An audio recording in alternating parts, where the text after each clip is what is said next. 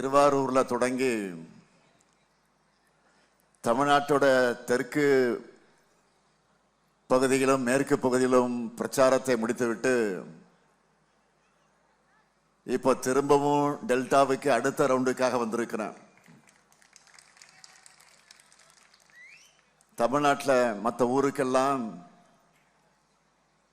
நான் முதலமைச்சர். ஆனா இந்த சீர்காழியை பொறுத்த வரைக்கும் நான் முதலமைச்சராக ஆவதற்கு முன்னாடியே உங்க ஊர் மாப்பிளை.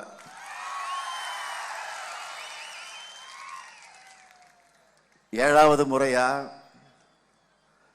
திராவிட முன்னேற்ற கழக அரசு அமைய, திராவிட மாடல் 2.0 ஆட்சி அமைய உங்க ஊர்ல பொண்ணெடுத்த உரிமையோடு உங்க ஊர் மருமகனா வாக்கு கேட்க வந்திருக்கிறேன். அது மட்டுமல்ல, இங்க தலைவர் கலைஞர் பிறந்த திருக்குவளை இருக்கக்கூடிய நாகப்பட்டினத்திலிருந்தும் வந்திருக்கீங்க. இங்க எத்தனை பேர் நாகப்பட்டினம்? கையை உயர்த்துங்க பார்ப்போம். நன்றி. நாகை எப்பவும் திமுக வாகை சூடுகிற மாவட்டம். அதே போல 1000 ஆனாலும் 1000 ஆகாதுன்னு சொல்லுவாங்களே, நம்ம மயிலாடுதுறை மாவட்டத்திலிருந்து எத்தனை பேர்? கையை உயர்த்துங்க பார்ப்போம். கௌதமன் பாத்தீங்களா?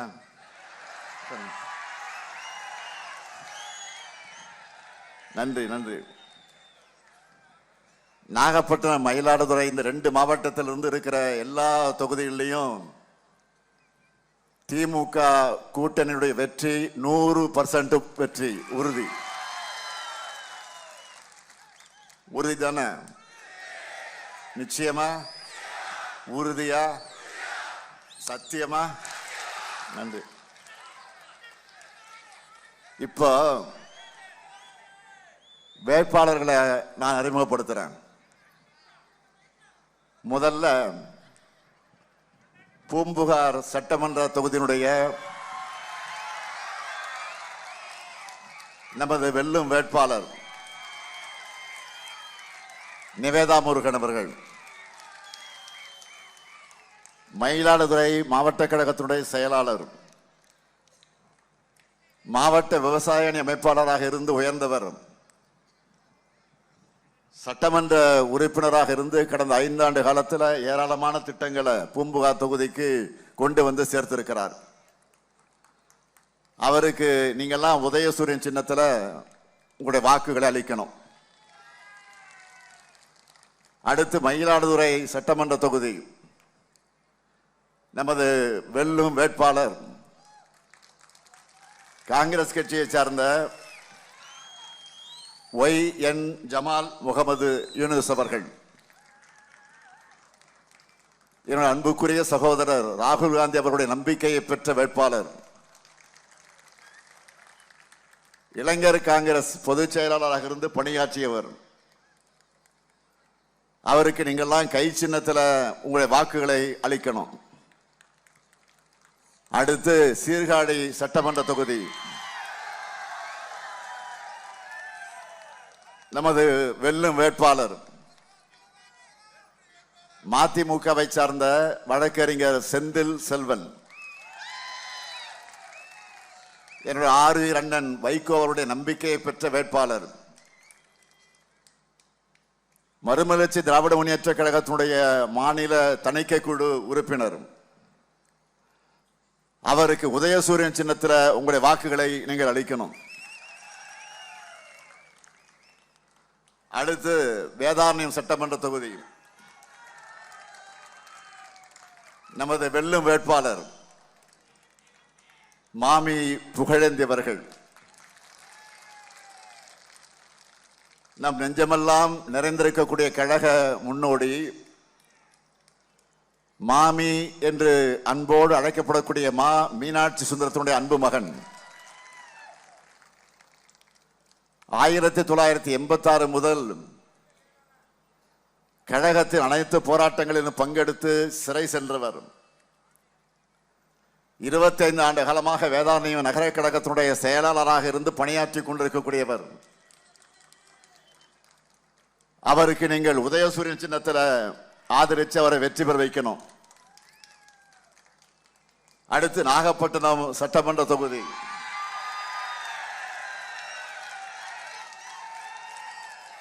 நமது வெல்லும் வேட்பாளர் மனிதநேய மக்கள் கட்சியினுடைய தலைவர் பேராசிரியர் ஜவஹர்லால் அவர்கள் சட்டமன்றத்தில் மனித உரிமைகளுக்காகவும் ஜனநாயக உரிமைகளுக்காகவும் சிறுபான்மையினுடைய நலனுக்காகவும் ஆணித்தரமாகவும் அழுத்தமாகவும் குரல் கொடுக்கக்கூடியவர். கல்லூரி பேராசிரியராக இருந்து அரசியலுக்குள் நுழைந்து ஒரு இயக்கத்திற்கு தலைமை தாங்கி கொண்டு இன்றைக்கு அதை நடத்தி கொண்டிருக்கக்கூடியவர். இன்னும் சொல்லணும்னா நம்முடைய மதச்சார்பற்ற முற்போக்கு கூட்டணியுடைய முக்கிய தூண்களில் ஒருவராக பேராசிரியர் ஜவஹர்லால் அவர்கள் விளங்கிக் கொண்டிருக்கிறார். அவருக்கு நீங்கள்லாம் உதயசூரியன் சின்னத்தில் வாக்குகளை அளித்து அவர் வெற்றி பெற வைக்கணும்னு கேட்டுக்க விரும்புகிறேன். அடுத்து கீழ்வலூர் சட்டமன்ற தொகுதியில நமது வெல்லும் வேட்பாளர் மார்க்சிஸ்ட் கம்யூனிஸ்ட் கட்சியை சார்ந்த சகோதரி லதா தங்கமணி அவர்கள். தலைவர் கலைஞர் அவர்கள் பிறந்த திருக்குவளைக்கு பக்கத்தில் இருக்கக்கூடிய வாழக்கரையில் பிறந்தவர் அவர். மார்க்சிஸ்ட் கம்யூனிஸ்ட் கட்சியில மாதர் சங்க மாநில துணைத் தலைவராக இருந்து செயல்பட்டு வருகிறார். மக்களுக்கான போராட்டங்கள்ல முன்னின்று பங்கேற்கக்கூடியவர். அவருக்கு அறிவால் சுத்தியல் நட்சத்திர சின்னத்துல வாக்கினை வழங்கி அவரை வெற்றி வைக்கணும். இப்போ நான் அறிமுகப்படுத்துற மதச்சார்பற்ற முற்போக்கு கூட்டணியுடைய 6 வேட்பாளர்களையும் பெருவாரியான வாக்கு வித்தியாசத்துல நீங்கெல்லாம் வெற்றி வைக்க தயாராயிட்டீங்களா? தயாரா? வெற்றி உறுதியா? சத்தமா? இன்னும் சத்தமா? வெற்றி உறுதி ஆயிடுச்சு. வேட்பாளர்கள் இப்போ உட்காரலாம்.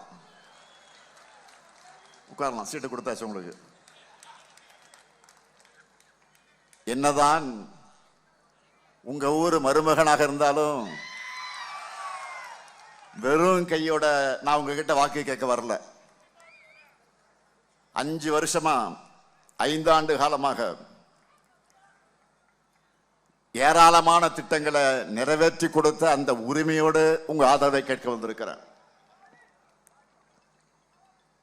மயிலாடுதுறை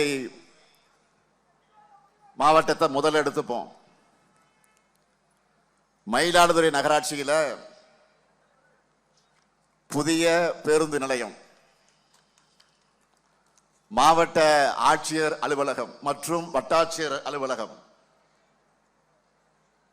மயிலாடுதுறையில 45 கோடி ரூபாயில அரசு மாவட்ட தலைமை மருத்துவமனையாக தரம் உயர்த்த கூடுதல் கட்டடம்,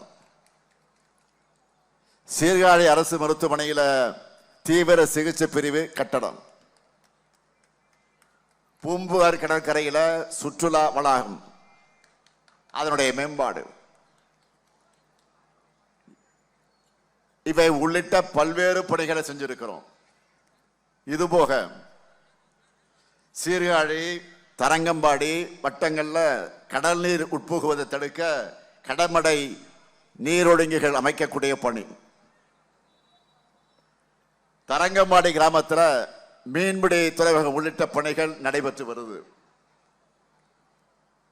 அதே மாதிரி மயிலாடுதுறைக்கு மருத்துவக் கல்லூரியும் இங்க இருக்கிற கூட்டுறவு சக்கர ஆலையை மீண்டும் இயக்குவதற்கான பணிகளும் அரசோட பரிசீலனையில் இருக்கு. அடுத்து நாகை மாவட்டத்திற்கு வர,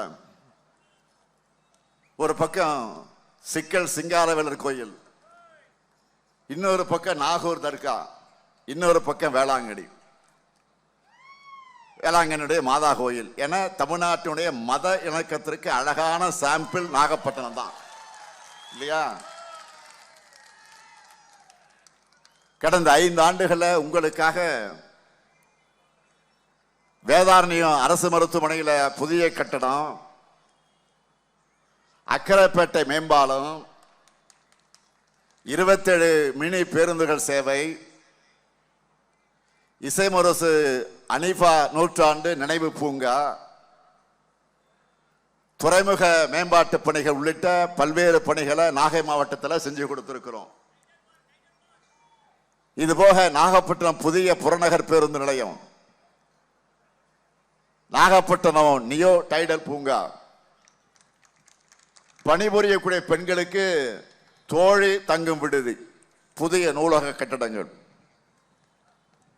பிரதாபராமபுரம் நீல கடற்கரை திட்டம்னு பல பணிகள் அடுத்தடுத்து நடந்துகிட்டு இருக்கு. இது மட்டுமல்லாம தஞ்சை, திருவாரூர், மயிலாடுதுறை, நாகை உள்ளடக்கிய வேளாண் தொழில் பெருந்தடம் அமைக்க விரிவான திட்ட அறிக்கை அறிவிப்பையும் வேளாண் பட்ஜெட்ல அறிவிச்சிருக்கிறோம். மீனவர்கள் நிறைஞ்ச மாவட்டம் இது. நாகை மாவட்டம் நம்பியார் நகர்ல மீனவ சொந்தங்களை சந்திச்சு நான் பேசினப்போ, மீனவர்களுடைய நல்வாழ்வுக்காக 576 கோடியே 73 லட்சம் ரூபாய் செலவில் பல திட்டங்களை நான் சட்டப்பேரவையில் அறிவிச்சப்போ, நாகையிலிருந்து நீங்கள்லாம் நன்றி சொல்லி எனக்கு வாழ்த்து சொன்னப்போ மகிழ்ச்சியா இருந்துச்சு. அதை என்னால் இன்னமும் மறக்க முடியல. அதே போல 4000 திருக்கோயில்களுக்கு நம்ம திராவிட மாடல் ஆட்சியில குடமுழுக்கு நடத்தி இருக்கிறோம். அதுல 2000வது குடமுழுக்கு நம்ம மயிலாடுதுறை கீழப்பரசலூர் விரட்டேஸ்வரர் கோயில் தான் அதில் நடத்தணும். 3000வது குடமுழுக்கு எங்க நடந்துச்சுன்னா நாகை மாவட்டம் திருப்புகலூர் அக்னீஸ்வரர் கோயில தான் நடத்தணும். இப்படி 2 மாவட்டத்திலையும் மீனவர், இளைஞர், உழவர்கள், மகளிர், பக்தர்கள் யாரையும் விடாம எல்லோருக்காகவும் நன்மைகளை செஞ்சு தந்துட்டு கம்பீரமா தெம்போட திராணியோட உங்ககிட்ட நான் ஆதரவு கேட்கிறேன். ஆனா இப்படி பேசுறதுக்கு எந்த கண்டென்ட் இல்லாம கண்டதையும் பேசுகிற ஒரு எதிர்கட்சி தலைவரா பழனிசாமி வலம் வந்து கொண்டிருக்கிறார்.